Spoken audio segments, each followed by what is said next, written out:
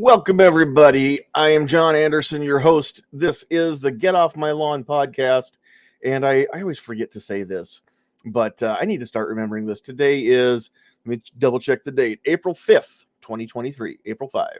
So if just in case you're watching this at a later date or catching this on the replay, this is when we go out live. So if you are watching on replay, listening on the podcast version, and you want to catch us live, you can do that. You can join in, get the comments in, all kinds of fun stuff that happen when you watch live. So it's kind of like TV that you can actually interact and you can scream at us all you want, but if you actually type it out in a comment and post that comment in the live chat section, then we actually get to interact with some of those comments, and especially the ones that pertain to the discussion at hand. So make sure you are getting those comments in there if you are joining us live, especially if you are on Rumble. So we are live right now on Rumble. I should have double checked it.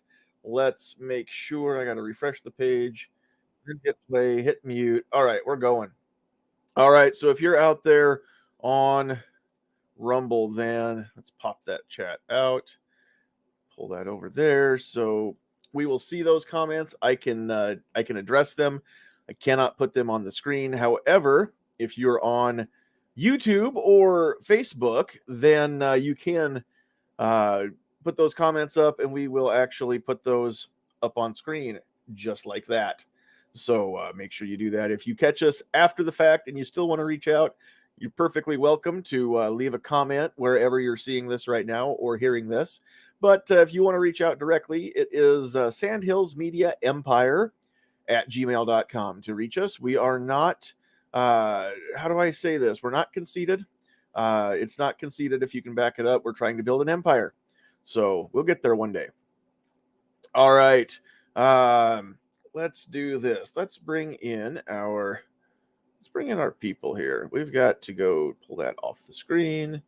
And we're going to hit that right there. We've got some folks joining us, and there will be at least one, I believe, hopping in later on when he gets freed up.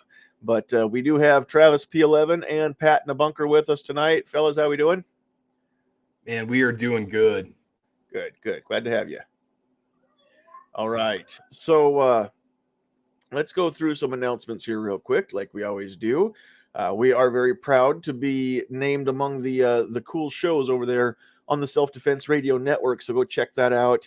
I believe it is selfdefense.net or sdrn.us. Those are either one will get you over to that page. Cool podcasts over there that you can. How does Cheryl Todd say it? You can binge listen to your heart's desire. So, but go later. Don't do it right now. We're live right now, so hang out here. Interact with us, and then go binge listen to those other shows after this one is over. Also, we are very proud that Sandhills Defense is our sponsor for this entire season. So go check us out. We offer all kinds of firearms instructions. We've got some basic intro classes. We do private instruction either at our range or wherever. If you've got a safe place to go shoot, we have class, will travel, concealed handgun permit classes. We're working on some other curriculums. Curricula, is that the proper plural? Curriculae, I believe. Curriculi. Curriculos. Yeah, we call them curriculums. We're working on some other class offerings for some concealed carry stuff that doesn't involve actually getting a permit, in anticipation of LB 77 getting through its final stage in the legislature and getting signed. So no news there yet. We're still waiting. We're still in limbo, but we are very hopeful that it gets through the last round. And then if that happens, and if the stars align and it works, we would love to get all of our whole board for NFOA down there. And Brewer actually wants to have kind of an impromptu rally over there on the west side of the Capitol where Abe Lincoln's statue is, over on the stairs. And he wants to see if he can get Pillin to come over there and have a signing ceremony and a little rally right there on the Capitol steps on the west side there. So stay tuned. If that actually comes to fruition, we will, of course, let everybody know. But anyway, we're offering all kinds of classes, and like I said, I'm building out a few others so that the people who already have a CHP or hopefully one day soon don't need one to carry concealed here in Nebraska. You still need to know what you don't know, right? You still need to know the state laws. You still need to know legal use of force, all that kind of stuff. So we'll build that into one class and then leave out all the extra stuff that I do teach it because the state requires it. I just think it's silly. It should be reviewed by that point.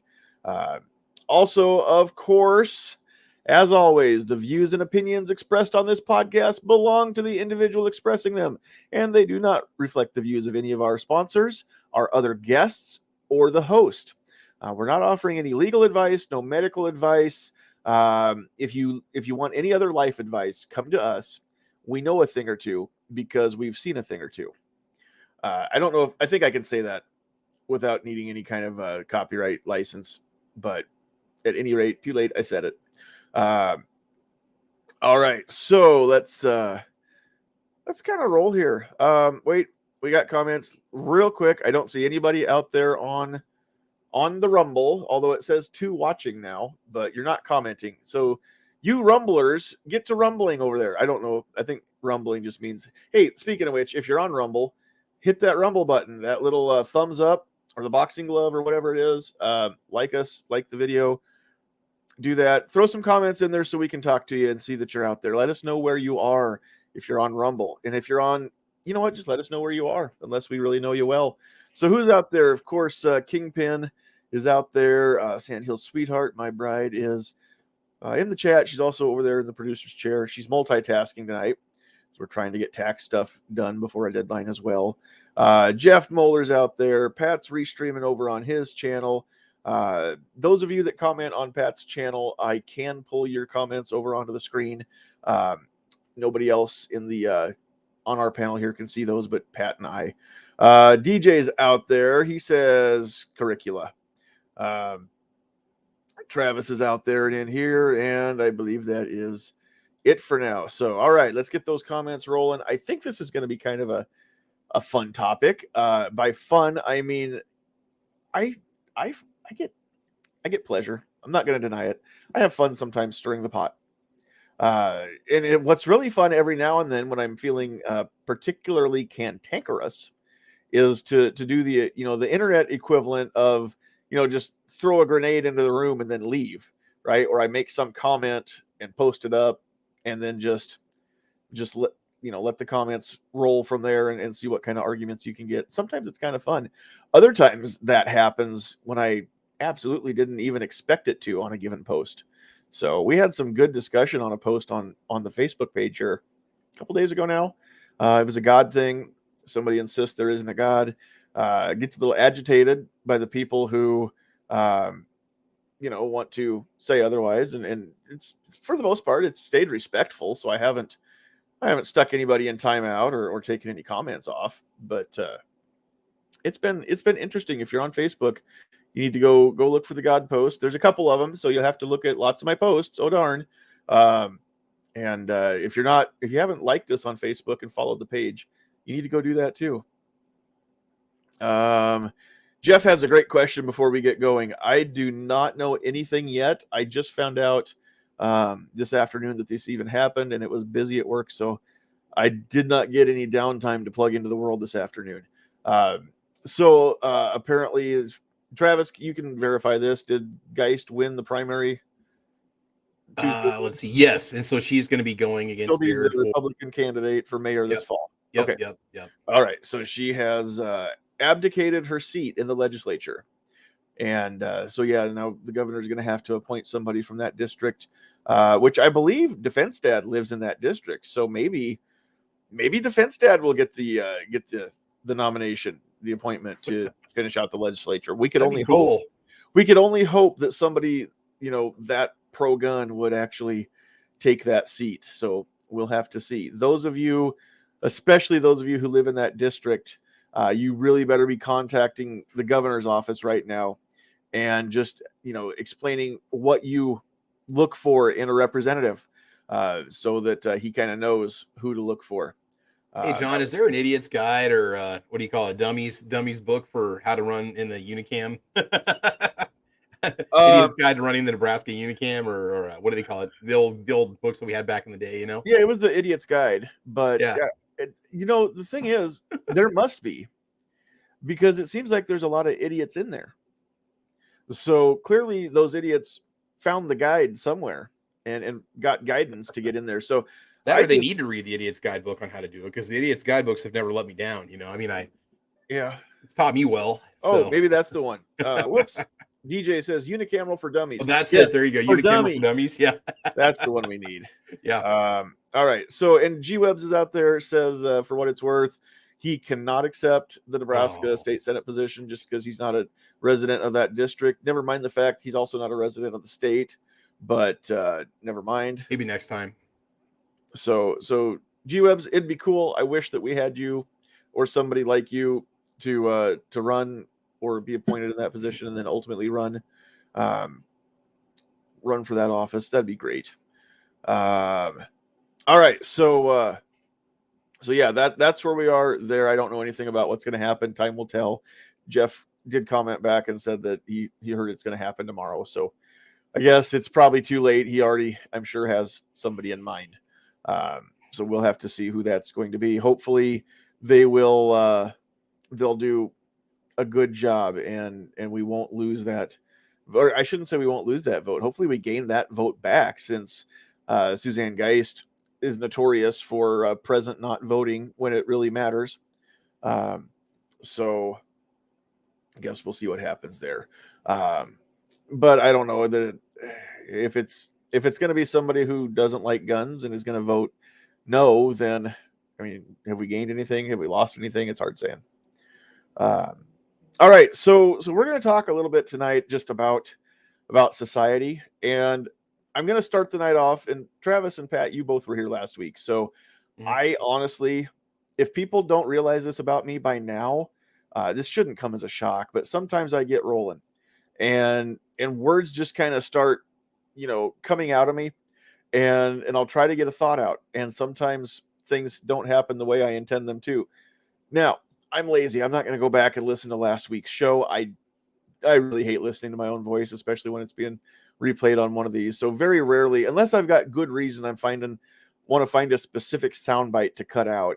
Very rarely will I go back and listen to my stuff, rewatch these shows. If anybody wants to go back and do it, you're welcome to. You can be the fact checkers for this one. So somebody had commented about they didn't agree that. What was it that they thought I said last week? If you go out into society with a firearm, then you owe it to society to go take firearm classes. Now, I don't believe that. I don't believe that that's what I said. If those words came out of me, somebody fact check it, because I said that's not even what I said. Go back and re-listen. Now, maybe I said more like you need to, you owe it to society to have some training. I will stand corrected if somebody can tell me that, yes, that's actually what I said. But here's what I believe I said, and I'll set the record straight, regardless of what words came out. This is my honest belief. If you go into society with a firearm, you owe it to society to be responsible. You should have some training. That doesn't mean you have to sign up to take a class. I don't care who teaches you. I don't care if you teach yourself. I honestly, because that was brought up, how do you know that the trainer knows what they're talking about? Well, how do you know that a news reporter knows what they're talking about? How do you know that a headline is correct? You research. You go to other training. You train under multiple trainers, right? That's how you would ultimately know. But the point is that, I mean, that's beside the point, because what I said was you owe it to society to be responsible, know how to be safe and responsible with that firearm. You're going to need some training. That's all I said. I didn't say that you have to go spend money on a class. I just said you need some training. Okay. If you're going to use your words in public, you need some training on how to use those words in public too. You owe it to society to be responsible, right? Otherwise, if you're irresponsible with your words, there are consequences for that. And if you are irresponsible with your firearm, there are some consequences for that too, right? And rightly so. That's what That's how society works. So that got me thinking. There's a lot of stuff that there's a lot of stuff that goes on, and when we talk about society, let's kind of, I want to kind of deconstruct the concept just a little bit here. So let's first establish what is society. Okay, let's take a step back. Before there was such a thing as society, what did we have? We had laws of nature, right? Pretty much that was it. The law of the jungle, right? We've got, the natural laws, physics and all that, right? I can identify as Superman, but the fact is, if I jump off a tall building, I'm not going to be able to fly. All right, I'll die. So,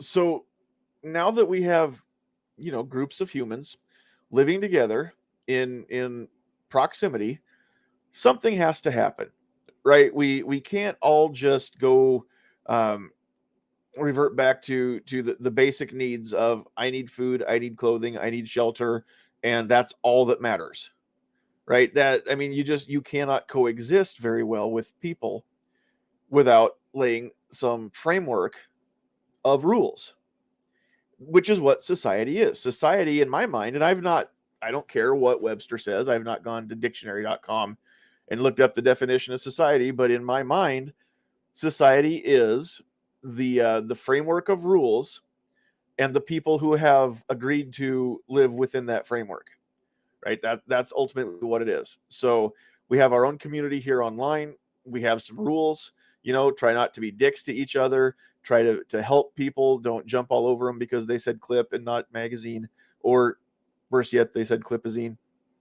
So, right. But I mean, it's a teachable moment. There's a right way and a wrong way to convince them what to say. So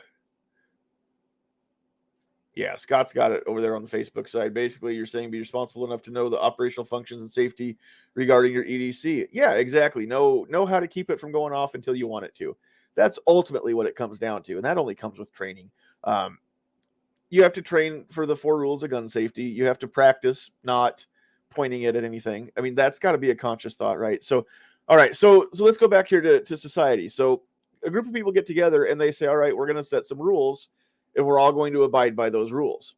And a lot of those are contrary to natural law, right? Natural law says if I'm bigger than you and I'm stronger than you and you've got something and I want it, I can take it from you.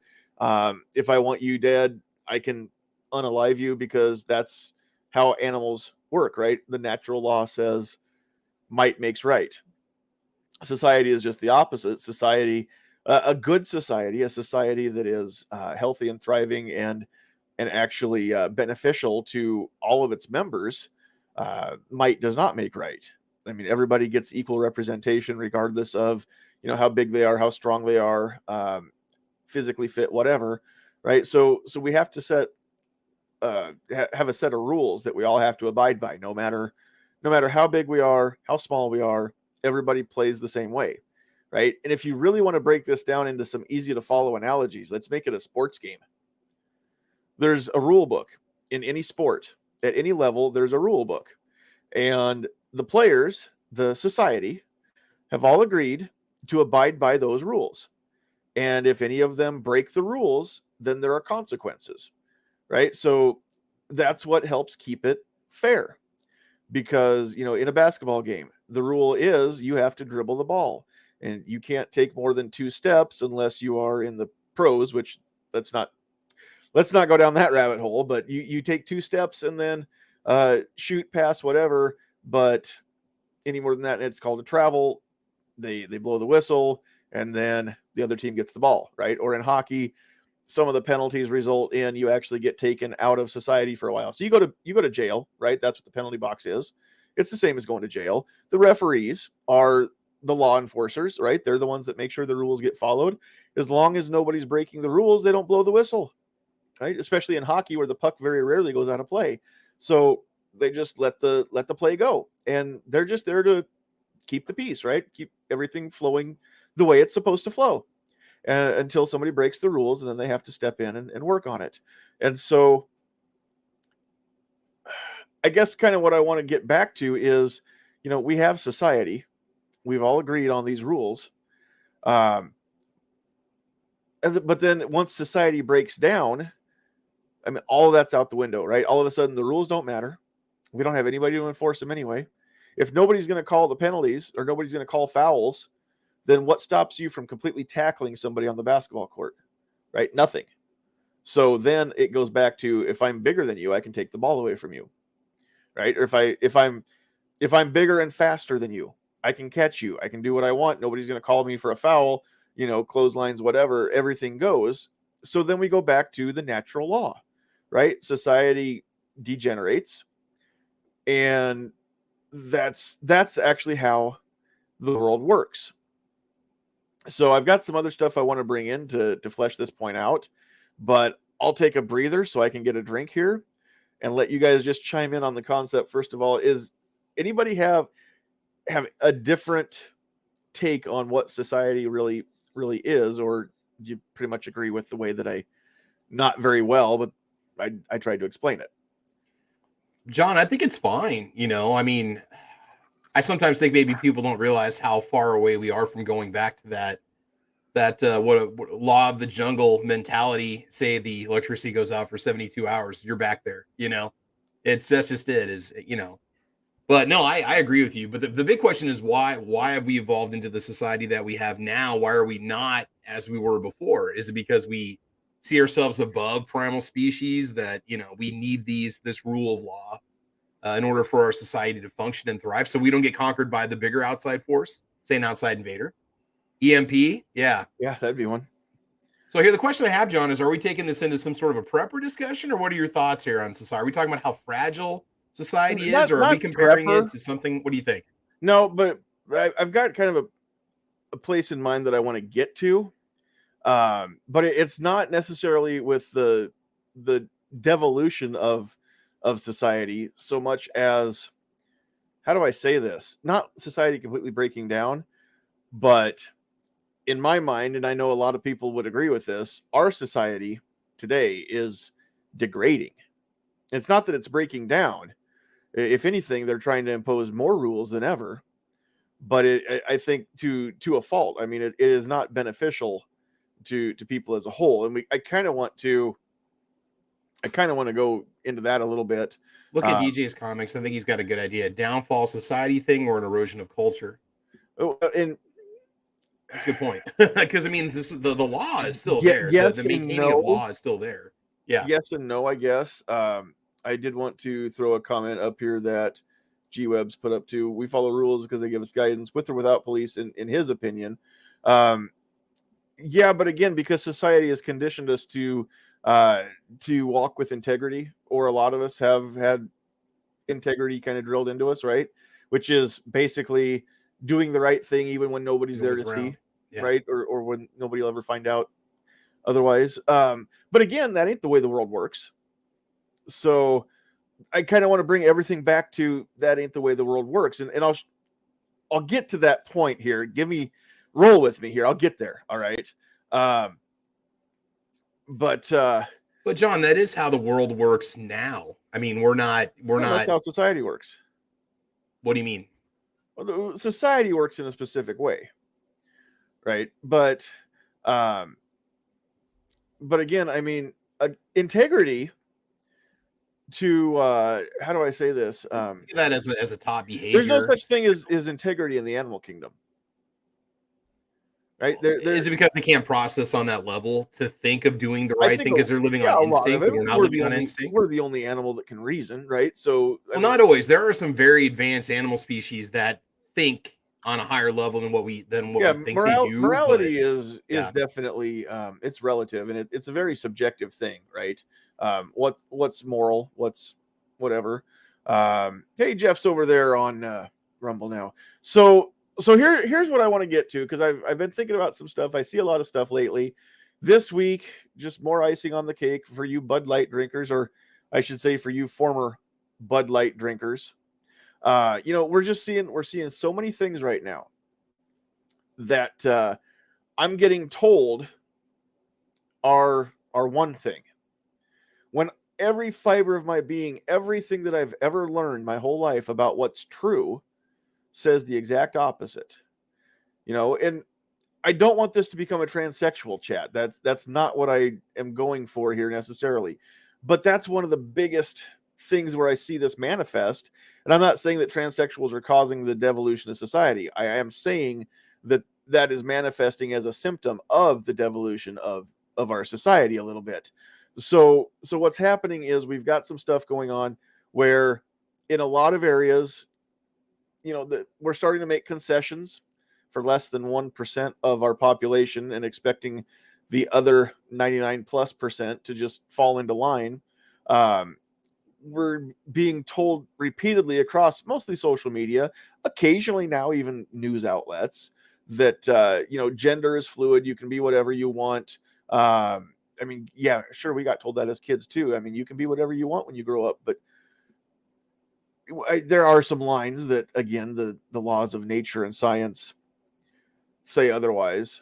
So really what I want to get to here is it feels kind of like we're living in that old story, The Emperor's New Clothes, where the emperor is walking down the street, look at my new clothes, and everybody's afraid of him, right? They're afraid of getting punished if they don't go along with this ruse, and there's no clothes on the man. He's butt naked.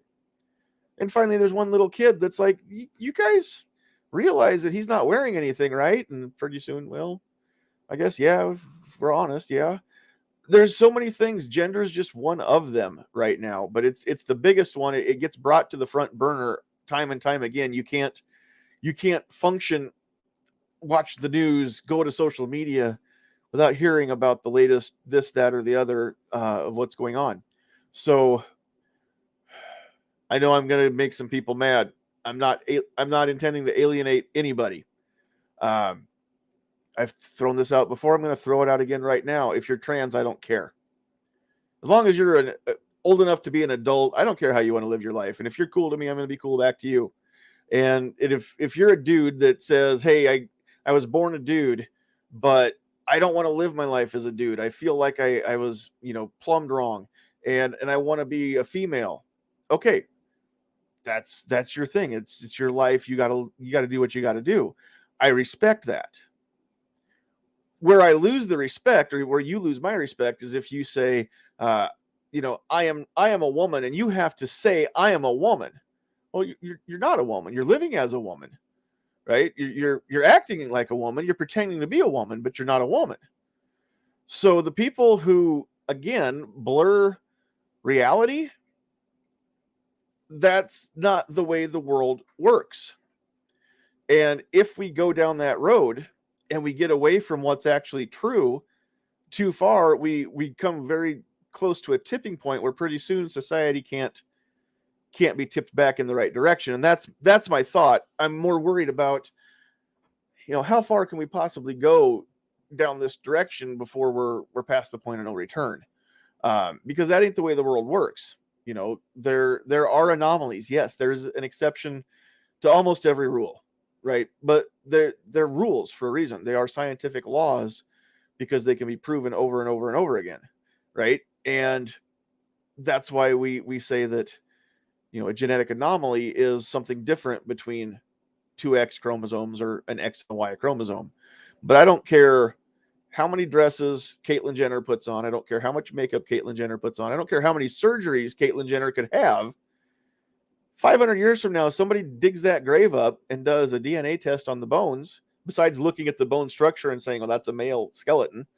They'll do a DNA test on the bones and say, well, yeah, this was a male. The dresses, John, what the if wigs, the makeup, they're all long gone by then. Nobody can tell, right? They may see some evidence of maybe some surgeries. I don't know what you'd see on the bones, but that's going to be it. At the end of the day, Bruce Jenner's still a dude, right? He's still genetically coded as male. So I'm not, and again, I know it's going to sound to a lot of people like I'm coming down on being trans, and I really not, because I really could care less how people want to live their life. I do care about how people want to push something that isn't true and make the rest of us say that it is. And that's my biggest gripe that I really wanted to get to. So now I'm thinking of, again, how does this affect society? Because it's a symptom. Transsexuals are not causing the ruination of the Western culture by any shape or means, right? It's a symptom. I've said many times, trans is the new iPhone. It used to be, if you wanted to be accepted in high school, you had to have the right iPhone. You still do, but now you get better preferential treatment if you're either a couple specific races, or you're a couple specific sexual orientations. And I don't see what transgender has to do with sexual orientation. Side note, I don't understand why there's a T in LGBTQI plus WXYZ semicolon #pound. I don't get it. Why are the transsexuals in the rainbow community? Everybody else, all these other people, it talks about who they're attracted to and who they want to sleep with. Transsexual just means that I was born with that, but I really wish I had this.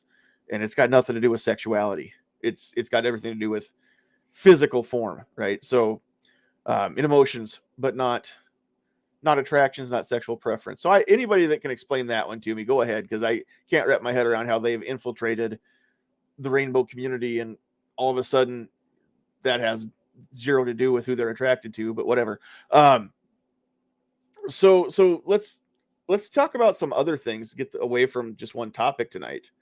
No, John, I got a question to ask you though. Yeah. Okay, so the question I have is, you know what you said about the bones being dug up and the genetic classification and the DNA. They'll say these remains 500 years from now, or of a man, right?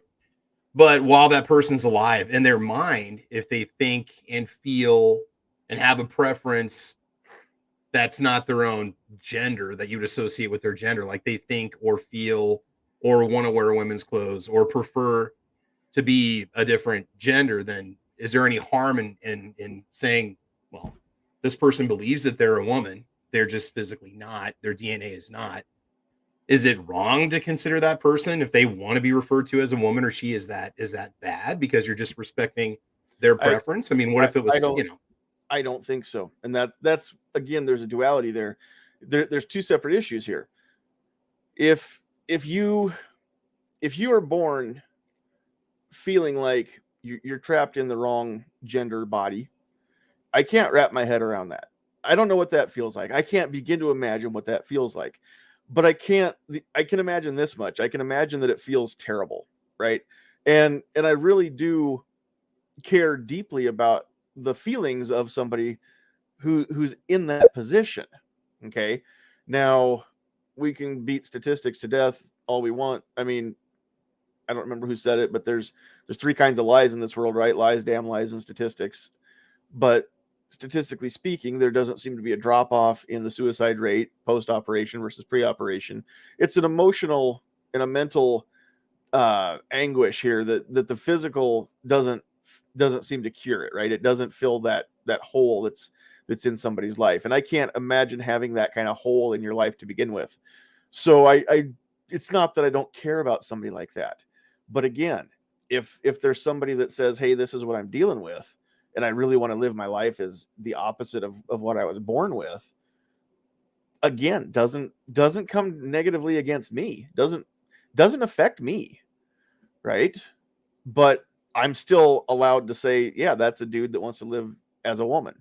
And if they're not a jerk and they've got my respect, I'll call her a her. If she changed her name from Steven to Stephanie, then I'll call her Stephanie. Again, because we're based on mutual respect, right? If they're a jerk, then I'd probably call her, asshole or something. I mean, that's just... We do that to anybody. It doesn't necessarily have to be... It's got nothing to do with being the trans. It could be me or Pat. Who knows, It's not about being trans. It's about the expectation. And don't tell me otherwise. There are people out there that do expect this out of me. They expect me to go along with something that's not true. And say that, that's not a trans woman, that she just is a woman. No, she's not. And she'll never be. She'll never be able to conceive life, grow it inside her body, produce milk to feed it. That's never going to happen, right? And maybe one day down the road, science can replicate such a thing, but even that's fake, right? Because that's not how that person was born. So if we want to say that's somebody that wants to live their life as a woman, sure. If they're not bother anybody else. Let's give them the respect, right? But I'm still not going to admit that that's a woman. That's a man living as a woman, right? And here's, Travis, you asked, if is there any harm in that? It becomes harmful when it's not universal across the board, because now let's piss everybody else off. I say that I identify as a woman and I want to live my life as a woman. All of a sudden, hey, I'm untouchable, right? You're not allowed anymore in our society to argue with that. And that's why I figured people are going to get pissed off and butthurt, because I've said I refuse to say that it's truth. I'll say that, yeah, that's the way that they want to live, but that doesn't make it true, right? So let's flip this around. If I said that I want to identify as black, and you have to treat me like I'm a black person, and if we start handing out reparations, then I get them too, because I'm just as oppressed as every other black person. Now all of a sudden we've got a major problem on our hands, and I'll probably get thrown off of YouTube for even saying such a thing here.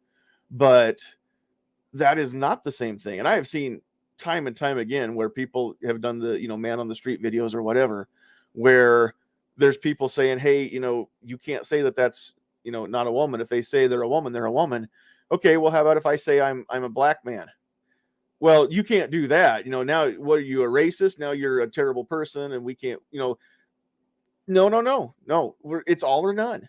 If I say I'm this, then you have to agree that I'm this, right? No, you don't have to agree to that. Right, because that's not how the world works. I don't have to agree to the other either. So that's kind of where I'm a little concerned, is all of a sudden I'm starting to see, again, it's not because of trans people. The trans issue is just the one that is front and center right now on everybody's mind. So, especially after, like I said, the Bud Light fiasco, throwing more fuel on the fire lately. What was that, John? Because I completely missed it. What was up with the Bud Light thing? Okay, so there's this human being out there called Dylan Mulvaney, I think is the right name. Okay.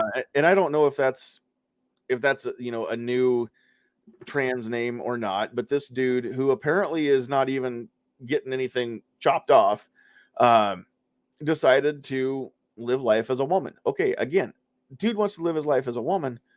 Not my life to live. It's not my thing, but you know what? Neither is salsa music, or mariachi music. It's not what I listen to, but it's great, for the people that like it.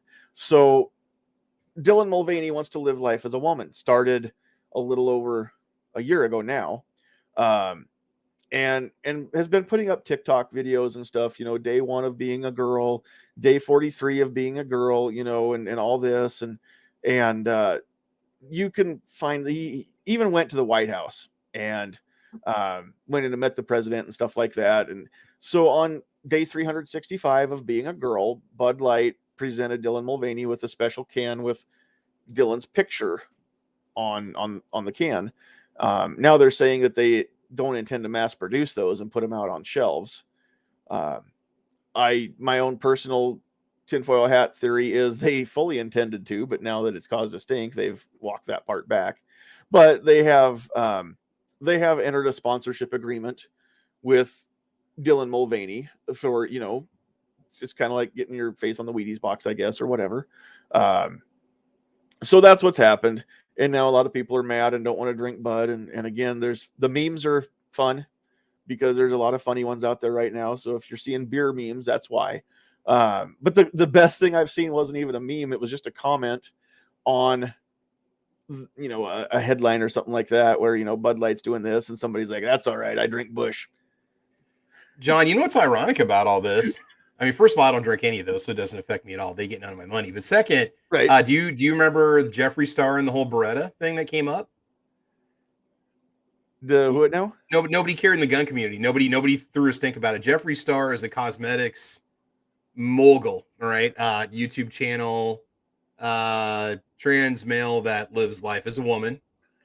Loves guns, loves shooting, has a house in like Montana or Wyoming, because she can't have a lot of those guns in California where her business is based. And so she's been a lifelong fan of Beretta. Well, Beretta actually created a custom gun for her with her, like, a bunch of engravings. It was pink and has all these stars on it and stuff. And she actually went to Italy to go pick it up and was presented with the gun, got to shoot it, absolutely loved it. Cool. And, it's just ironic because I'm looking at all the comments on the video for her receiving the gun, and people in the community are like, hey, that's great. Let's bring more people in the community. Awesome. It's cool Beretta did this. Nobody was saying that Beretta was, pandering to a new demographic or anything like that. They just said, cool. They recognize that this person's been a lifelong fan, and Jeffree Star's dad was a huge gun person. But it's kind of funny that, none of us made us think about it, but then Bud Light's going to put it on the can and then people just completely lose it. It's just kind of ironic, showing how welcoming the gun community can be at times. We're happy to have anybody come into our community. The most welcoming. So Jeffree Star. Yeah. Is that the right name then? Starr. That's his legal name, her legal name, but huge like cosmetics mogul. Does she go by something different now then? No, Jeffrey, it's JEFFREYSTARR, if I'm not mistaken. Okay. But yeah, if you this is a person that was started off male and now wants to live life as a female. Does yeah, lives life as a woman, dresses as a woman, has just didn't change the name or whatever. Okay, and that's now again, I don't care. And it's just funny that nobody's freaking out. You didn't hear this boycott Beretta because of Jeffree Star. And again, I mean, we've got, I've got friends in the 2A community that are trans. Aaron Paulette comes to mind. Gina Roberts comes to mind. Why can't I ever think of Nikki's last name? Nikki, we met her at AmCon a couple years ago. Super sweet people, right? Very nice people. I don't care. But again, they're not telling me that our friendship, our interaction is contingent upon me saying that, hey, you are a real 100% genuine female person now. I mean, that's not what they're about, right? They just say, hey, here's my story. I started here, but I wanted to be here, and now I'm doing this, and I feel better about myself. Hey, cool.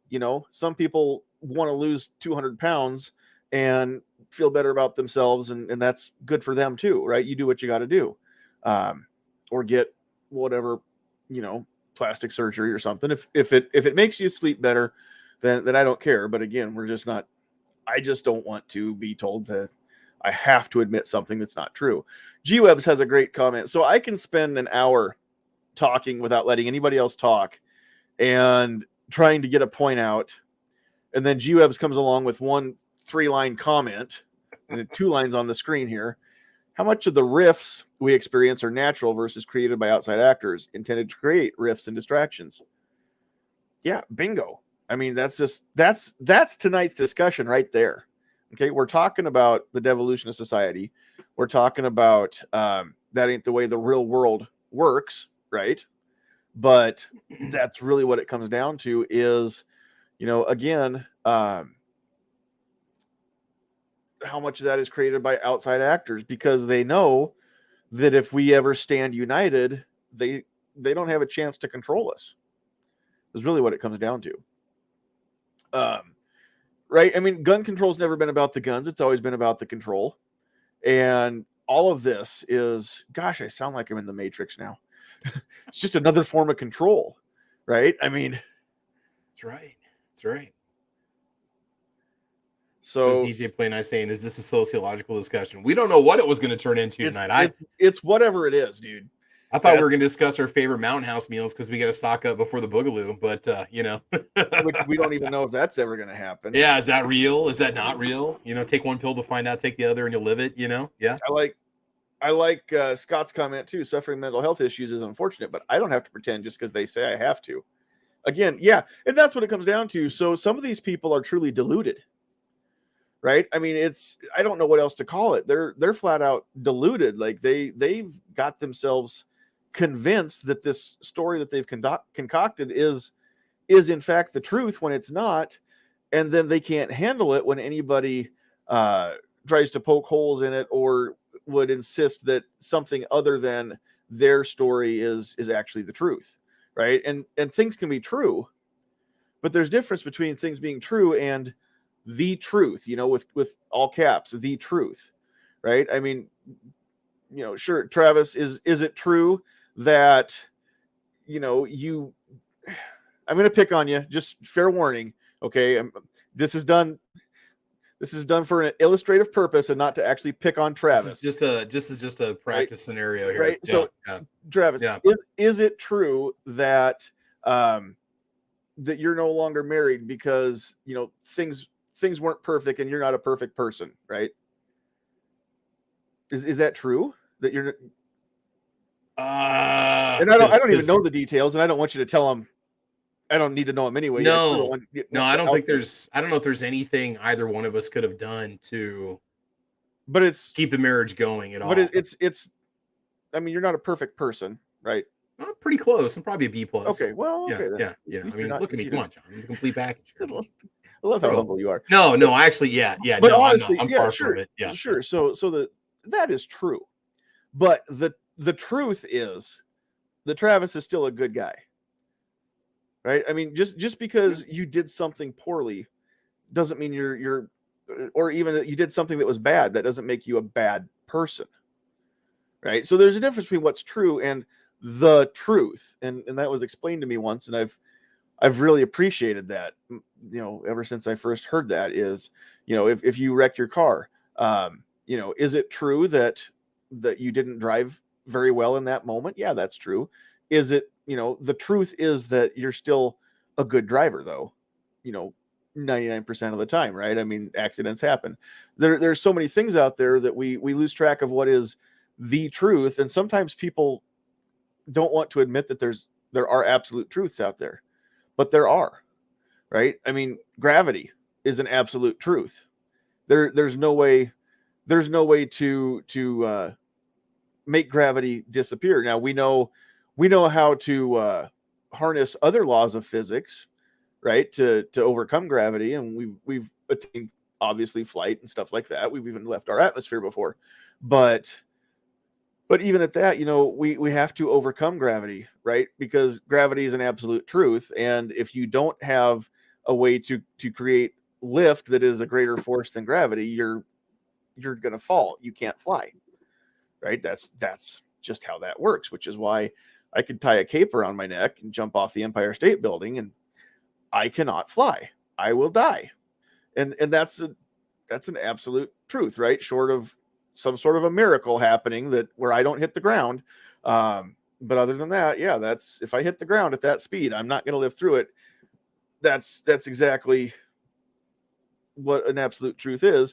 Now I can say that I identify as Superman, right? And you guys have to believe me that I can fly, and you have to bend your life around my delusion.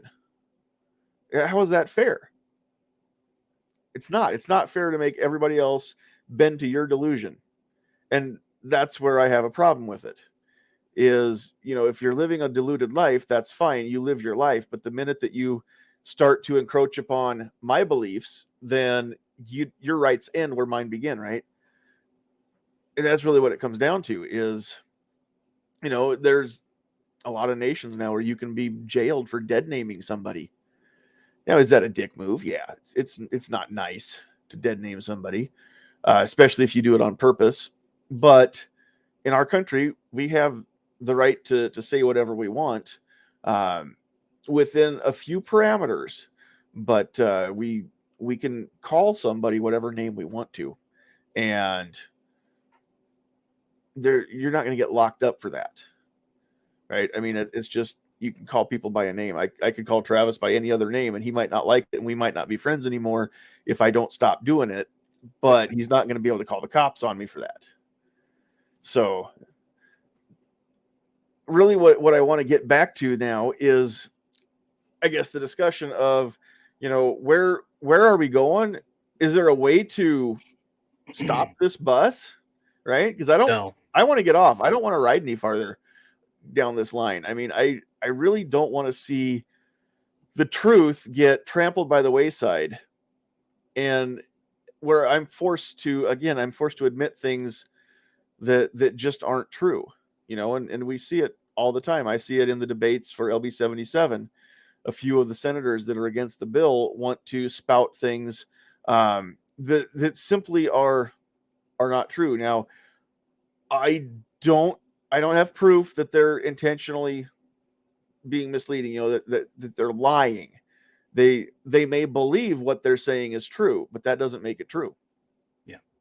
You know, so what can we do? I mean, we just need to go back to, you know, there's a few things. Again, we go back to science, right? Certain things are true. It's been proven over and over again, right? Certain things are absolute. Math is a science that's absolute. Now there's theoretical physics and theoretical whatever out there, sure, but I don't care who you are. 2 plus 2 is always going to equal 4. It'll never equal anything else. It's not racist to say so, and that's the truth. And anybody that says otherwise, again, we're going to have probably a disagreement of opinions on a insurmountable scale. We're not going to get along.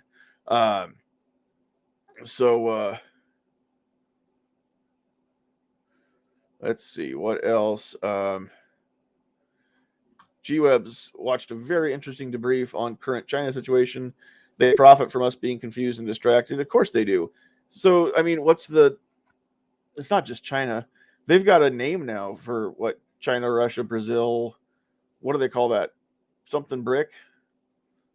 Brazil nut syndrome. Bricks or something like that. Mexico just joined into that organization of countries now.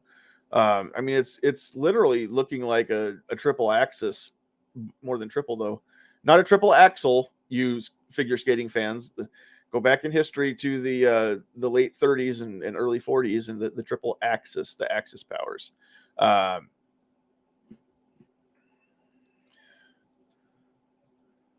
Let's see here. What else do we have?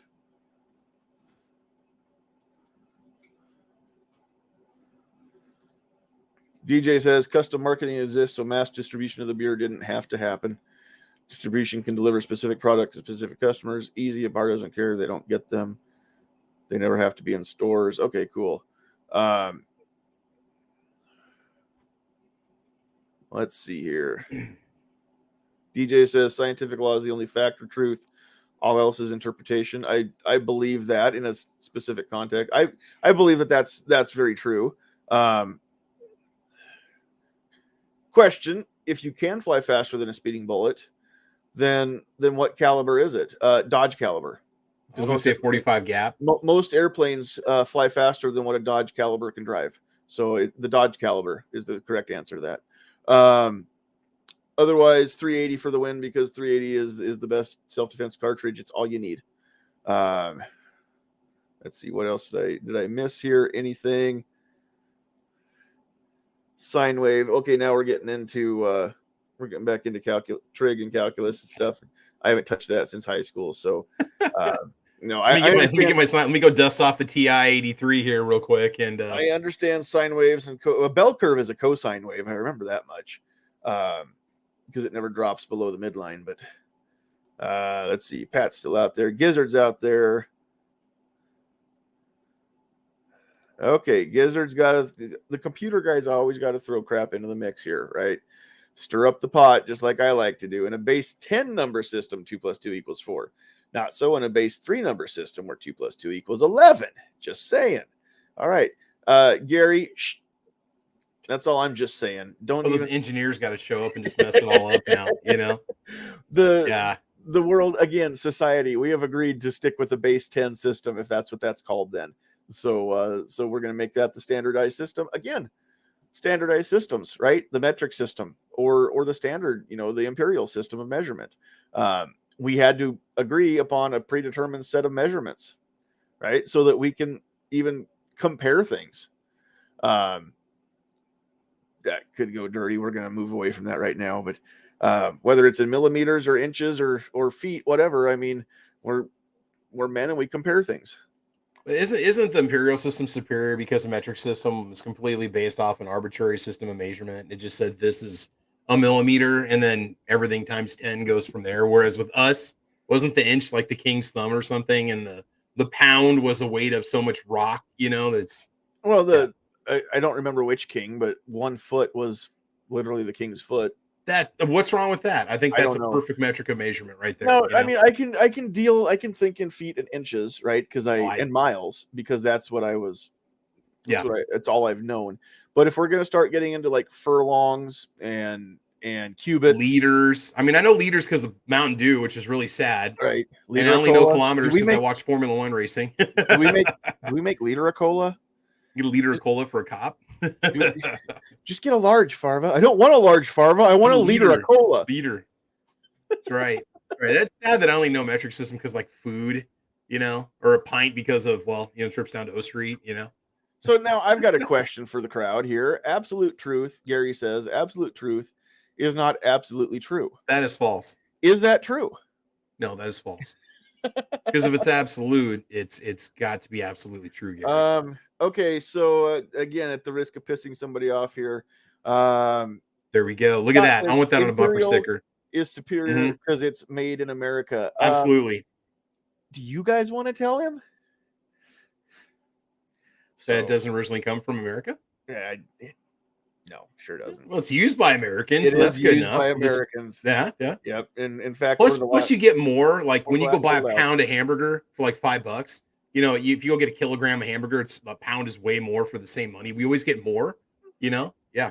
Well, no, if you're selling a kilogram of burger for the same $5 that a pound costs, I'll take the kilogram. Is a kilogram more than a pound? 2.2 pounds, dude. Oh my God. Well, then I want the metric system. It always seems like everything European is like smaller. But like a can of soda is like 500 milliliters, and we're 16 ounces. So you get more. European stuff is always so dainty and just so fragile.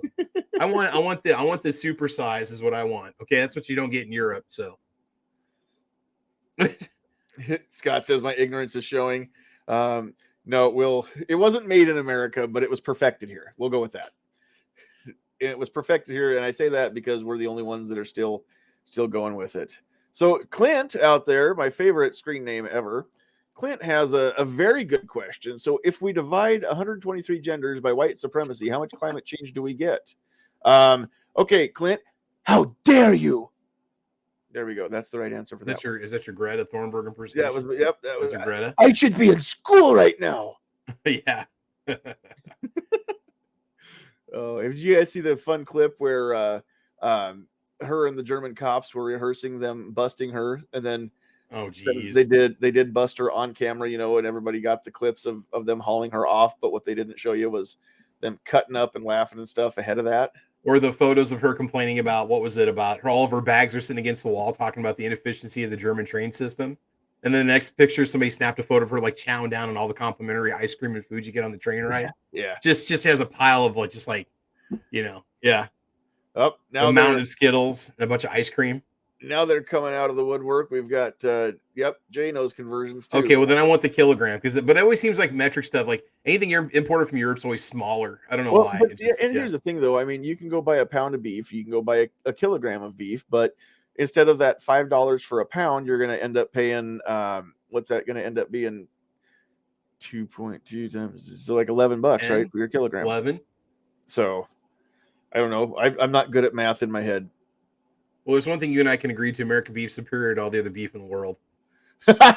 Clint, Clint, you won the internet tonight. We should just shut this down because it's not going to get any better than that. Number of nations using the metric system that landed people on the moon, 0. Oh, Gary's got to come back. Gary's got to be the somber voice of reality. Let's bring truth back into it. Gary's always got to bring us back down to the ground. They did use metric for computations during the Apollo missions. Hey, Crumpy's out there. What's up, Crumpy? No, Gary, they use long division. Yeah. And fractions without a calculator. Fractals and string fractals. Theory. I don't know what any of that parsecs means. No, Gary, they use parsecs. Yep. Which is actually, here's the thing, that is it's not even a unit of measurement, right?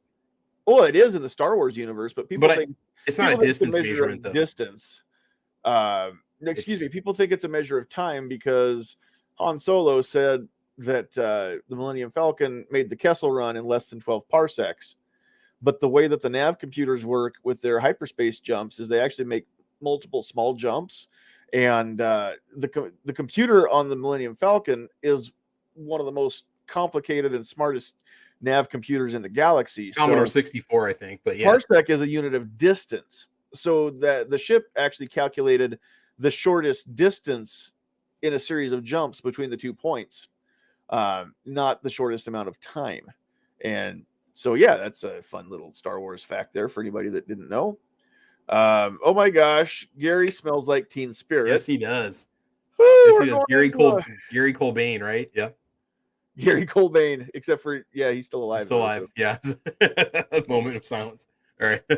maybe more like Gary Love then, because Yep, Gary Love. mosquitoes, male and female. Yeah, we've kind of again. Isn't I it knew only that the females that are the bloodsuckers? Is that right? yes, yeah, because they Yeah. don't actually ingest the blood. They don't they don't actually go lay their eggs someplace.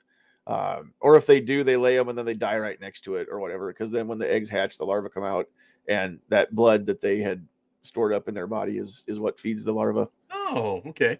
That's what that's for. So the males don't So they actually feed have their to. spawn with our life Yeah, fluids. they don't Okay. drink your blood. They just suck it up and then they use it to feed their kids later. Just So tap the keg and then just put it off to the side for. that's basically what it is. There Yep. you go. There you go. Yep. Instead of tap a keg of Bud, it's tap a keg of Travis. Oh, geez. So Probably. They go after me hardcore in the I don't know. summertime. So when do we get the Travis P11 pre-op Bud Light can? Or They asked me about one, but I told them that I'm already contracted with Busch. That's why you saw the camouflage cans of Busch Light that came out with the blaze orange on them. That was my inspiration. So that makes a lot of sense. yeah, they looked at my hat and said, Travis, we want that on our can. I said, you go right ahead. So Right. Yep. The Travis P11 cans. Teespring's not printing those yet. So not yet. The Travis P11 store does not have customized cans. I'm sure there's somebody out there that will make you a custom printed like vinyl label for your own, your own beer or whatever. But yeah, beer can wrap. yeah. I wouldn't do Bud. I wouldn't do shrink Budweiser wrap. anyway. I'd have to have something expensive and imported. So slip it over your normal can and then just hit it with the hair dryer and it'll shrink to fit. Oh, absolutely, man. Yep. Oh, only available as a single can. Oh, wow. That's right. Wow. Yep. Shots fired. All right. Absolutely. Absolutely. You just get one. Enjoy it. You only All get right, one, so, Gary. So let's try and put this thing somewhat back on the rails here a little bit, because we've gotten way far away. I finally got to talk about some trans stuff, and hopefully I haven't alienated. But all of my John, this is viewers. how the world works. We get real. We're making it very real right now. Yeah. We're I making mean, it very real. you expect people who aren't professionals to stick with the topic and just go linear. Gary and I are about to grapple in the octagon here, for the whole show, and that ain't the way the world works. No, honestly though, so there's a lot of things that are out there. So if we do talk about the breakdown of society, like not so much the prepper stuff, but ultimately, society, when that starts to break down, then integrity is one of the first things to go for a lot of people, right? And I'm thinking of a cartoon that I saw here a while back where somebody's like, hey, it's getting kind of rough. I'm stockpiling food. And the other guy's like, oh, well, I'm stockpiling ammo. He goes, that doesn't make any sense. You should stockpile food because you're going to need that. He goes, I don't need to stockpile food. Why not? Because you're stockpiling food. I was going to say, because you're stockpiling food. Yeah. That's pretty much it. That's really what it comes down to, right? I mean, that's so. Even Robin Sandoval here was a guest on the show. It's been, probably a couple of years ago now, talking about how she used to be one of those moms that wore a red T-shirt. She was anti-gun until I think it was Hurricane Katrina had happened, and she saw what was going on in Louisiana, and she lives in Texas, and she's like, what would we do in a case like that? And she was talking to her husband, and she's like, well, I'm going to stockpile, peanut butter and tuna fish. And, we can sit and write it out. And he goes, okay, but what's your plan for the day that people figure out that we've got peanut butter and tuna fish? And she didn't have an answer for that. And that's what really started her thinking. And then she decided, well, maybe we should put a firearm in our house after all. And then maybe we should get, the responsible parties learn how to run it and stuff. And the young parties be taught to respect it and not mess with it and stuff, and then now she's executive director of a Girl and a Gun Women's Shooting League. I mean, she's come a long, long way since then, right? So there are those kind of teachable moments, but it takes a scare like that, I think, sometimes to recenter our focus, to realize that arguing over pronouns doesn't matter, because that ain't the way the world works. The world doesn't care about your pronouns.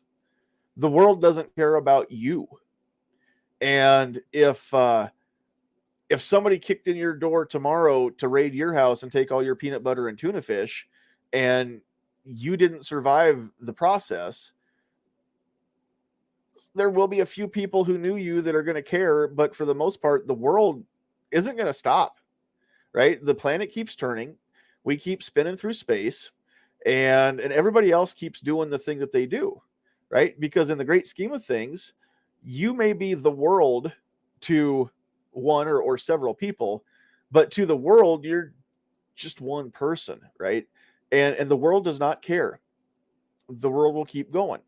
Um, the animal kingdom doesn't care how many degrees you have, how much money you have, how beautiful you are. They just know that, you know, if a grizzly bear is hungry and they've come across you and you don't have a way to fight that grizzly bear off, then you were a meal. The world doesn't care.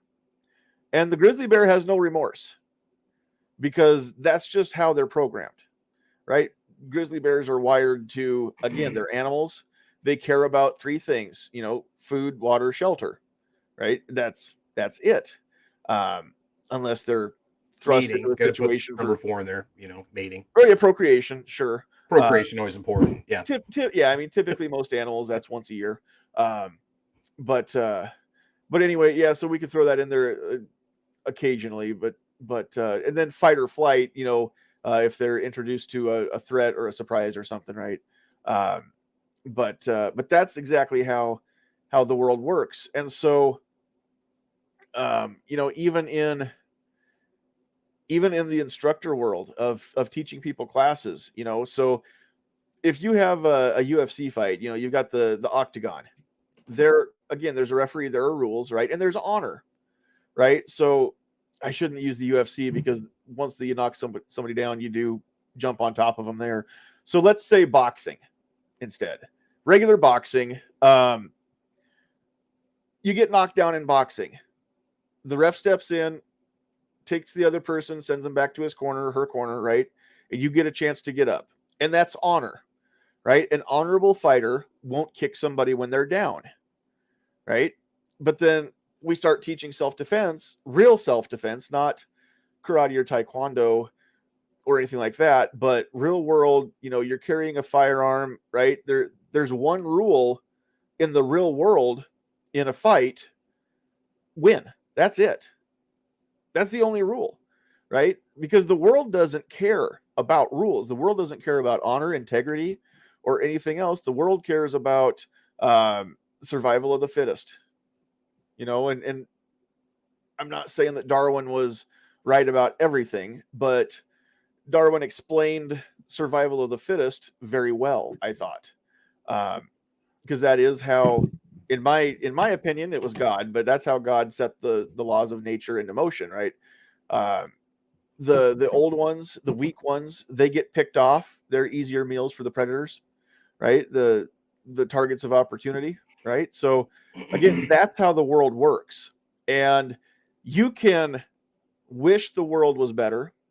You can wish the world was a certain way. You can wish that certain things were true, but that doesn't make them true. And that doesn't make them safe. And that doesn't make the world a nicer place. The fact is that people are going to be ugly to other people. And we'll never stamp that out. People are always going to be racist. People are always going to be prejudiced. We'll never stamp that out. Now, we have laws in place that say that you can't treat people differently based on, you know, these certain features. And if you do, then you get punished, because that's not how we have agreed to treat each other, right? And we didn't always have it right in this country, but we're learning, we're growing, and we're trying to make things better overall. But again, I'm worried about lately, because right now, you know, we've got somebody who went into a school last week, shot 6 people, 3 of them children, and a couple days later, the president's on TV saying that the trans community are the ones that we need to care about. You know, they're the heart and soul of our nation. And nothing about the Christian martyrs who literally died because of their faith, or the faith of their parents, at least. You know, we don't want to talk about that kind of stuff. We just want to say that we want to sweep under the rug the fact that we've got somebody who has got some issues. And I'm not saying that they snapped because they were trans, and I'm not saying that trans people are bad or that they're killers. I am saying that I thought it was pretty tone deaf to come out and do that, because if that shooter hadn't been trans, if that shooter had been, let's say that shooter was, give me a different group here, not the Proud Boys, because those are already outlawed or ostracized, but like a MAGA supporter, right? Maybe they had a MAGA hat on yeah, or something maybe. like I mean, that. they already are trying to paint MAGA supporters as evil. I guess I don't know. I don't have time. The brain some power. pro NRA person that's Yeah. NRA online or something. Yeah, I mean, and I don't even want to bring that up because there's never been an NRA member that's ever committed a public. I mean, how about if it was just like your like average that. ordinary person, just your average ordinary white male? Right. Well, what if let's go the other way around. Let's say that it was a Christian that walked in and shot a bunch of trans kids in a school. And then the president had come out and said, well, we really got to stand with our Christians. That wouldn't work. That wouldn't happen. Right. I mean, and even if it would be true, that'd be pretty tone deaf. Right. I mean, it wouldn't matter. I wouldn't care what communities the shooter was part of, the killer was part of, to come out and embrace the things that, that the news only wants to talk about about the killer. All right. And then come out and just say, hey, we need to, pay attention to these people. It's going to leave a lot of bad taste in a lot of people's mouth. Is that intentional? I don't know. Maybe. So yeah, DJ, hold up. Christian martyrs. Yeah. When you're killed for your faith, then that makes you a martyr. So, yep, those kids were martyrs, and so were those faculty. If they weren't Christians and they were just there for a paycheck, then no, those don't count. But yeah, that's what it means when you're killed for your faith. So, G says it might seem like the world doesn't care, but the world is made up of many things, and some of those things do care about you. And if some don't know you yet, how could they realize they can care? Yeah. Now, the world at large, the world doesn't care, right? Again, we make societies for ourselves. There's a society that is our government, right? There's a society that is here tonight. We're a society. We're a group of people who have agreed to get along, right? We don't have necessarily a document laying out our bylaws and our rules, but at the same time, we've all agreed that we agree on certain points, right? Not always everything, which that's fine, that's healthy. But there are points that we all agree on, and that's where we, base our common ground and our friendship upon all that stuff. And so, yeah, I mean, that's a society. Your family, your close friends, the people who care about you, the people who love you. There's just a lot of stuff that, yeah, those people care. But again, that's within your groups, within your society, your communities, whatever you want to call them, right? So the world at large doesn't matter. I mean, again, one person dies, stick your finger in a puddle of water and then pull it back out. That's how big a hole that one person actually leaves in the world. Now, again, to the people that cared about that one person, sure, it's a huge rift. But ultimately, in the great scheme of things, if I died tomorrow, the world keeps turning. And Sandhill Sweetheart may be, crushed, but that doesn't stop life. The dog still needs fed. The bills still need paid. The lights are going to get turned off if the electric bill doesn't get paid, right? You don't get a pass just because you're struggling. There are some struggles, and yeah, the people that care about you, right? There's help. There's all kinds of stuff like that. I'm not saying that just because you're struggling that you don't matter. I'm saying that the great scheme of things in the world, the world doesn't care about you, right? So thank goodness, and hopefully, if you're listening to me, hopefully you do have people that care about you, or hopefully you find them. There are people that will care for you, that care what you have to say. There are people that care what you're going through, right? So go find those people. But just understand that you've got to do what you've got to do for you, but you can't expect the whole world to bend around that, right? I've got problems, but I can't expect all of you guys out there listening right now to change your lives to accommodate my problems either, right? Because that's not the way the world works. You've got your own stuff, right? We've all got our own stuff. So yeah, sometimes people are cool and they care about other people and they're willing to help out other people, listen to them, help them out, financially or whatever kind of help they need at the time. Yeah, that's a good thing. That is the benefit of society. That is a benefit of a lot of people of faith who believe that they should act in kindness toward others, right? But kindness again is a construct. Um, Kindness is a thing that happens within your familiar circles.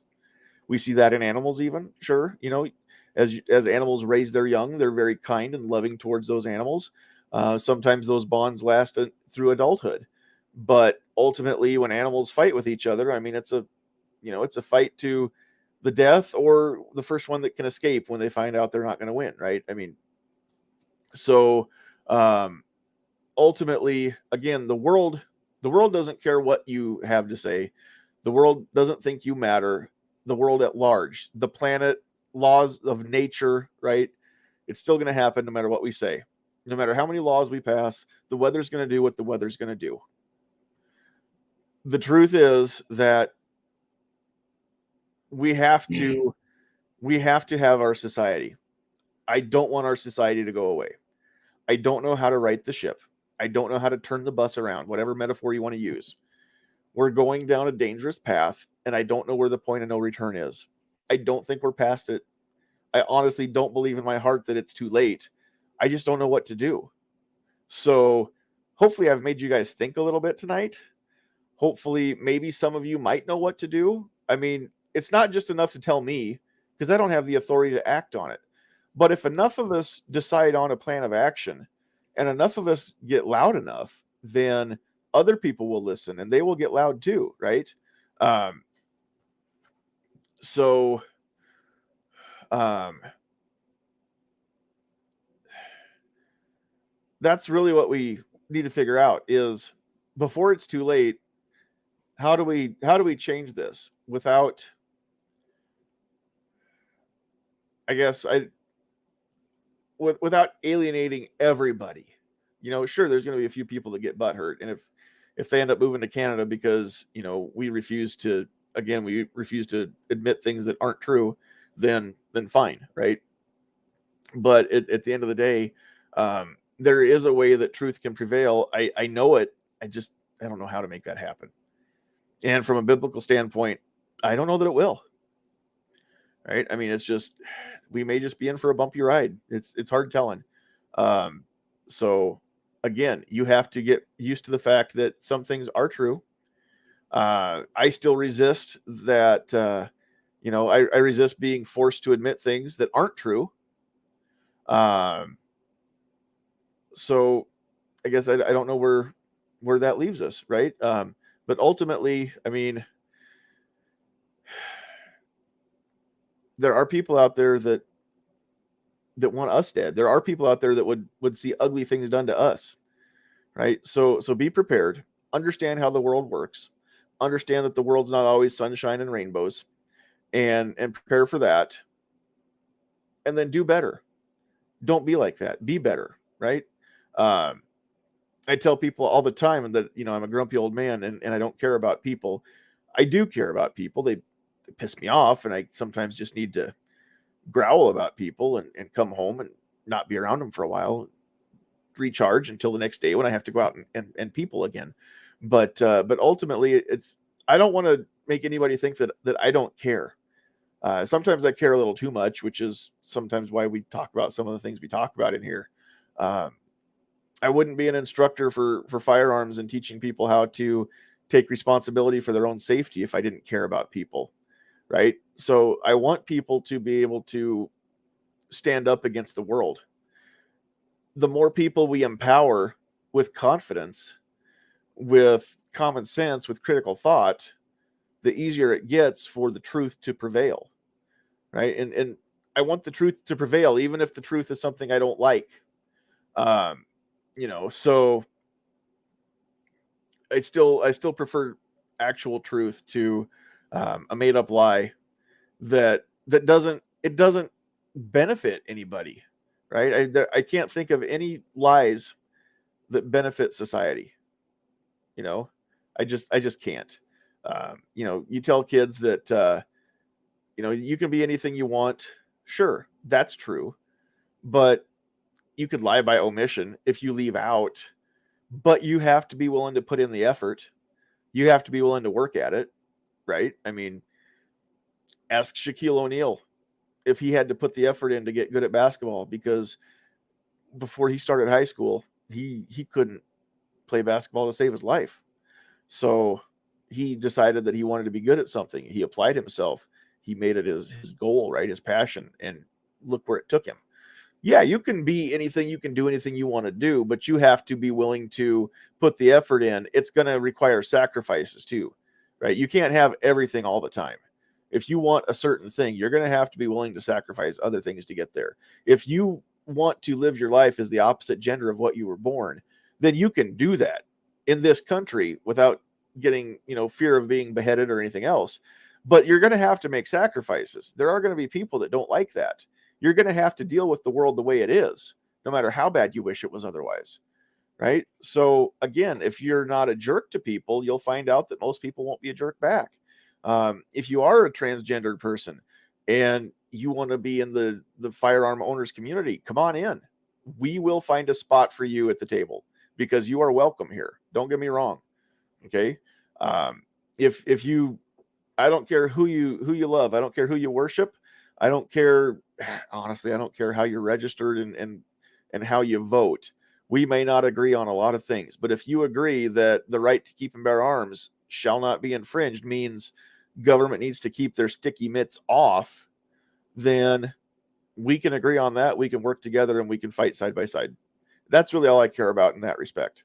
So I don't know. Again, I know that my feelings, my beliefs are complicated. Sometimes I don't understand them myself well enough to articulate them into the right words to explain to somebody else exactly how I feel about a given topic. But I'm working on it. And you guys being my sounding board helps me sometimes, because the more of this I put out in my outside voice, I can think about it internally how I want, but some things sound great until you say them out loud, right? And then you're like, oh, that's actually kind of stupid. Or other times I'm like, holy crap, I'm not smart enough to come up with something like that. Where'd those words come from? So that's rare. So that's where we go there. Travis, what do you think? Is there a chance to turn this ship around? What do you think? I don't know, man. I see the world is right now, and people are going to live how they want to live, and they're going to live how they're told to live, and they're going to live how they want to live, and the race just keeps on doing. Well, not the race, but I'm just saying, like, the human species just kind of keeps on doing what it's doing. So just live your life and be happy, man. Just live your life and try to be as happy as you can. That's about all you can do, because you're the only one that's in control of your own life. So, yeah, I don't know what to tell you, man. Like I said, that's why I like our conversation earlier. I just go to the range. That's my place of zen. So, that's right. If this left anybody frustrated or upset or tense, just have a nice range session. Just go out there and just have a good time, and go get a cup of coffee afterwards, and you'll realize in the end nothing matters, because at some point we're all going to be gone. So, well, and that's just it, right? I mean, you've got 2 dates and a dash on your tombstone, right? So yep. The dates don't matter. The only thing that matters is what you do with the dash. Yeah. So yeah, make the best of it. Try to make this world a place that's worth living in, right? Figure out for you what that means and go for it. The best part about this country is you and I don't have to agree on everything. In fact, you and I don't have to agree on anything. We still both have the right to live here. The only time we have a problem is when your beliefs and my beliefs clash at such a point that one of us is stepping on the other one's toes. Now we got a problem. So Gwebs is going to sum up the night. This all started with 9mm. Mm-hmm. If that metric fad is over, then all will be at peace. I agree. If we ever solve that one, then none of the rest of it matters. So, and that's the problem, is we've got these guys, and I say this time and time again, but it started with 9mm. Then it went to 10 millimeter. Then it went to that 10 millimeter short. And somebody tried to, again, let's use the truth here. Is it 40 Smith & Wesson or is it just 10 millimeter short? Yeah. I call The it truth 10 is millimeter it's still super metric. carry, 40 millimeter super carry. It's still metric. It's 10 millimeter short. 40 millimeter. 40 millimeter. 40 millimeter super carry.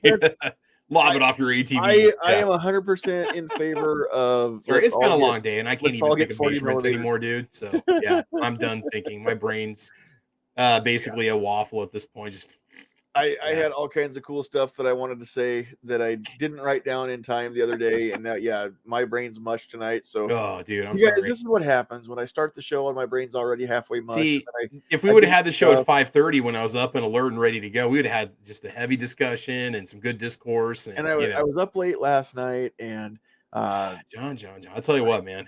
Well, but priorities, bro. Dude, priorities, right? I saw my Avs win in overtime, so it was worth staying up. Okay, good point. Never mind. All right. That's worth it. That made it all worth it. The overtime goal away for the win, the 2 points there in the standings, and scored his what was it? 501st. Is it 501st goal? Yeah, I think so. And 1,000 points now or something like that career. I mean, he's just kind of turning it up. And we got one other player that is Smith. He's got 49 goals for the season. He's trying to get to 50 on the season. That's quite the soccer player there, John. That's a lot of soccer right there. Yeah. Soccer on knife blades. That's what it is, with the club in your hand. Oh, is that what that hockey stuff is all about? I wouldn't know. It's just like soccer, but you get dude, I love hockey. I'm Stars fan, Racers fan. You get to play it with knives on your feet and a club in your hand. What could be better? Yeah, that's awesome, man. So, at high speed too. At very high speed. And yeah. If you think those kids down at the Stars are fast, which they are, I can imagine going the next level up, dude. Go watch the pro game. It's like watching a college football game, and then watching a professional football game. I mean, those guys are half again bigger and half again faster yet. So yeah, it's fun. So all right, we're gonna wrap things up. Pat had to pop out. Travis, you're it right now. So you get to wrap things up. Final thoughts. Plug, whatever tonight, you want to plug. Yeah, we talked about all kinds of stuff. It's kind of hard to sum up tonight's episode, but it really was. This was all over the place, chat. It was good. I thought it was just something different. It was something different. That's always a good thing. As for me, shameless plugs as usual. Check out Caliber Corner Saturday morning at 8 a.m. We've got another just kind of past, present, future of another gun brand. We're going to talk about CZ. I've been doing a different brand every week. It's kind of fun looking at kind of where the brand is, how it's evolved, what they offer now, what they used to offer, what they're going to offer in the future, because we talk guns and ammo. And then also Thunder in the Prairie 2023 is coming up. So make sure that you guys get over to Nebraska Shooters and get signed up for that event. It's the first weekend in June. A lot of sponsors on board. Mead Ammo has committed to it. Blackout Coffee Company, Monstrum, VersaCarry. We're working on Bear Creek Arsenal, but they do like a once a month meeting to approve donating items for events. They meet once a month. So hopefully we got our stuff, I think like mid-April, towards the end of April, maybe early May or something last year. And Cleanse Oil sent us a huge box of swag we're going to give away. We got the swag bags. Like we got the bags now, so we're going to start filling them up with stuff. And it's going to be fun. We're going to have a shooting competition like the first half of the morning and then open range the rest of the day. And then on Sunday, we're going to let people have a chance to film on the range if they want to make videos, product tests, try each other's firearms out, whatever they want to do. I'll have a cleaning station set up so you can work on getting your guns cleaned up at any point during the day if you need to. It's going to be a lot of fun. I think it's going to be really cool. We're doing kind of like a Top Shot style competition. And Defense Dad is spearheading a lot of this event too. I'm just kind of there helping out and working with him, kind of getting the word out. So it's going to be a good time, man. Very cool. All right. So yeah, again, I wish that we could be there, but we're booked that weekend. So we've got it blocked off for 2024. So we can actually make it and hang out with some people and meet some more people that we've never got to meet yet. So that's going to be a lot of fun. Can't wait to get there a year from now, which it should grow even bigger, hopefully. So make sure that if you can go to Thunder on the Prairie this year, make it a big event. So next year it's even bigger. And then I can get there and, they still have it. That's what we need. We need it to be just as big or bigger so that it persists and it's worth the sponsors coming back for. So John, I got one more shameless plug I got to get out there. My good friend of mine who moved up here from Texas. Oh, yeah. Oh, sorry. All right. All right, so what it is I got a good buddy of mine, and his family moved here from Texas, and we've got a YouTube channel that we're starting up together called Live Love Nebraska, and so we're going to talk about all things Nebraska, restaurants, places to go, things to do, and I'll put the link out there if you guys want to sign up for the channel. There's not much on the channel right now. We've been kind of brainstorming ideas and where to go, what to film, and what to do, so it's going to be pretty cool. So I'll just give you guys a link for it if you want to get over there and subscribe and check it out. We'll start. It's going to be all the cool stuff that Nebraska has to offer. It's just kind of a neat way to just kind of show the state what we do and how we are. And we reposted one of the videos that was on my channel earlier just to have something up, just to get the channel active with YouTube. And then we're going to start filming, I think, this weekend or next week. So it's going to be a good time. Should be cool, man. Yep. So what's it called again? Live Love Nebraska. Live Love Nebraska. I think we've got that trademark now on Instagram and like Facebook and Twitter and all that stuff. We got a little logo that Gizzard Gary made for us, and Defense Dad's going to be doing some photography for us. Going to get a website up and running. So yeah. Very cool. We'll talk about all the cool venues to check out when you come here.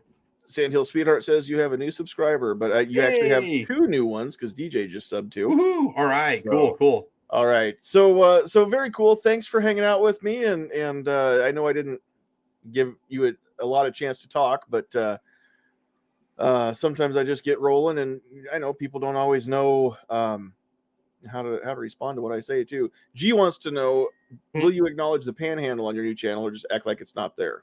Dude, I spent 20 years of my life in central Nebraska. People act like nothing exists west of Lincoln. No, we're all about that, dude. Road tripping out there, Chimney Rock, maybe go to the first Cabela's. Who knows, man? Right? You know what? We might even go hit the mountain time zone to show people that there is a mountain time zone. Well, if you're going to Chimney Rock and the first Cabela's, you will be in mountain absolutely time. Now, absolutely. It's not like it's a time zone that matters, but still, it's there. You know, I guess, God, we have to make it work, I suppose, just because those people that, or maybe go to the highest elevation point in Nebraska, which is higher than Denver, that people don't. And we do it without mountains because we're that awesome, right? Yep. Isn't it like 5,290 feet or something, like the northwest corner of the state? It's just over a mile, yeah. Yeah, we beat Denver, guys. Yep, pretty cool. Very cool. All right, and as far as stuff that I'm going to plug real quick, Gwebs. Yeah. Well, Gary, we've been kind of hiding those closet mountain time people. We just haven't given them acknowledgement because, well, you know, they're there. There's like 30 of them, I suppose. You know. Yeah. No, so plugs. Make sure that you go and follow Nebraska Firearms Owners Association on YouTube and Facebook. That's the best way to get especially on Facebook, to get the updates the soonest for permitless carry here in Nebraska. Also, I want everybody to go follow Sandhills Defense also on Facebook. I'm thinking about doing some YouTube stuff. I'm trying to figure out a way to put some videos up, just some quick videos, like, if you forgot what I said about the steps to, drawing from concealment, and go through a quick how-to on that one. The how to rack a slide when you don't have all the hand strength in the world or something like that. Making a few of those quick videos, and I'm trying to figure out how do I do that. Like beginner's guide to conceal carry? Do I put them behind a paywall? And I've not figured out for sure what I'm going to do there, but we'll get it figured out. But also, I would love it if you would come and train with me, not under me as the instructor, but just side by side as the student. So Nebraska Shooters they're hosting several classes throughout the summer from Norm Hood. He's actually coming up to Pierce, Nebraska, which is just north of where I live. I'm going to put some links up here in the chat. Why didn't I? Maybe if I copy that real quick, can I get it on Rumble? I can. All right, there it is on Rumble.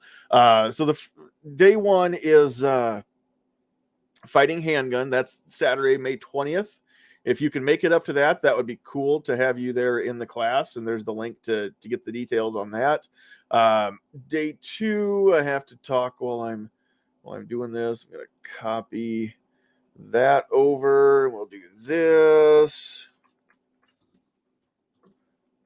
Norm Hood. Whoever says that he's got an onion ring review for Nebraska. Oh, man. Do that, and then I'll copy the whole thing before I send it up there. Copy that into Rumble as well. Post that. There are the links for those. So fighting handgun, and then the urban rifle. and I've got those on Facebook and YouTube as well. If you're close enough to Northeast Nebraska and want to take the class, I believe either one on its own is a $200 class. If you do both of them, you get $50 off, so $350 if you're going to both days.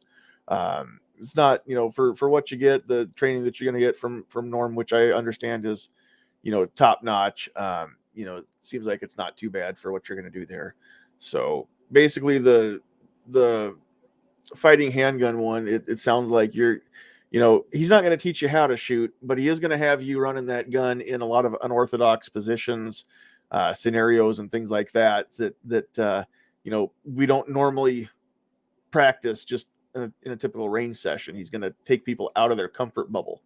And then urban rifle is sounds like it's just a whole lot about learning how to run your whatever automatic rifle you're running, and then applying it in a self-defense capacity. So I want to take that, and eventually I want to become a USCCA instructor on the AR-15 fundamentals class as well.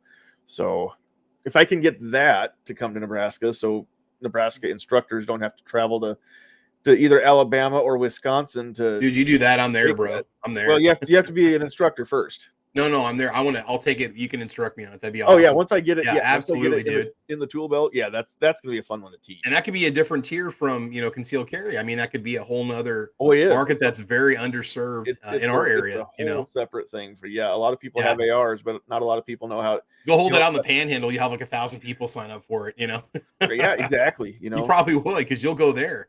Yeah, and I sure have class. Will travel, right? So absolutely, man. So, all right.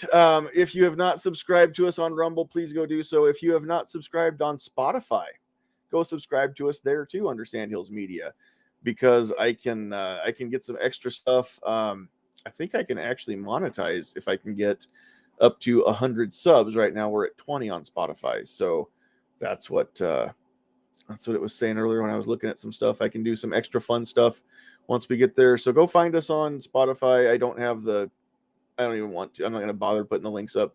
If you want to bad enough, you'll go find us. Spotify, Rumble, Facebook, YouTube. Make sure you're following on all the places. Go join Nebraska Firearms Owners Association. It's free to join.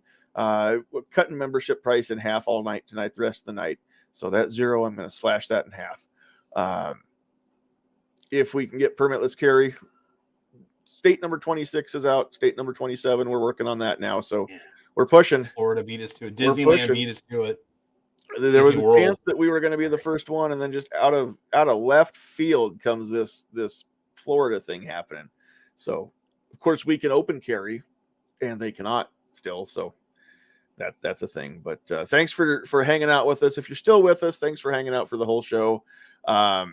Again, hit the share button, hit the like button. Let all the platforms know that you were here. Those comments help us. The likes help. Even the dislikes help us.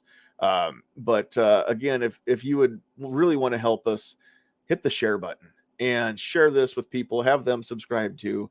Have them follow along and come and comment. And again, if you don't like what I said, that's fine. That's what the comments are for. You can tell me about it, and I might even address that. Or sometimes to keep the conversation going, we can't get to everybody, and those are the fun nights when there's so many comments that I can't field them all. So, all right, we're going to take off again on behalf of Pat, and we have a list. Look, we have a list. We can't go without the list. So again, on the Rumble, we had Jeff out there. Was it on the Facebook side? We had Scott. We had Jay. I think that might have been it. If you were on Facebook and you were commenting, you didn't comment enough, because Jay and Scott were the only ones that I can remember coming through there. On the YouTube side, we had quite a few of you out there. Kingpin, Jeff Moeller, DJ Play Nice, Travis P11, Gwebs. What is that, Steve? I didn't see those comments. Oh, Steve Zero, Keith Gregory, Clint Torres, Fluffy 10mm Jeep guy. What's up, Fluffy? I didn't see you out there. Pat in a Bunker, M. Gabriel, Gizzard Gary, John Crump Live. Over there on Pat's side, we had Pat. We had 223 DMR. We had Burnaby Sanchez, I think there may have been some others, but I'm not seeing them as I scroll through here. So again, thanks for the comments. We appreciate it. Catch us again next week. I don't know yet what we're talking about. It's probably going to be something a little bit lighter, maybe a little bit more fun. So we'll see what we can figure out for a topic for next week. Still trying to get Chris Cruz in here from Blaze Media and line up a time to get him here just to kind of hang out too. And that'll be a fun conversation. He's a cool guy. All right, we're gonna jet. Thanks again on behalf of Pat and Travis, Sandhill Sweetheart. I don't even know if you guys got to see the dog tonight. She's kind of worn out, I think, from running around out in the yard all day. Not all day, but earlier tonight anyway, all evening. So on behalf of Liberty Bell and the Noisy Cat and the Not Noisy Cat and myself, thanks for being here. We love you. God bless you. Help us grow. Share the heck out of it. Tell everybody to come check out this weird show that you never know what you're going to get. This show was like a box of chocolates, really. You never know what you're going to get. So, but right now I know what you're going to get or what you have to get because it's that time. You've got to get off my lawn. Bye, Felicia. Pass me the chocolates. I like the caramels.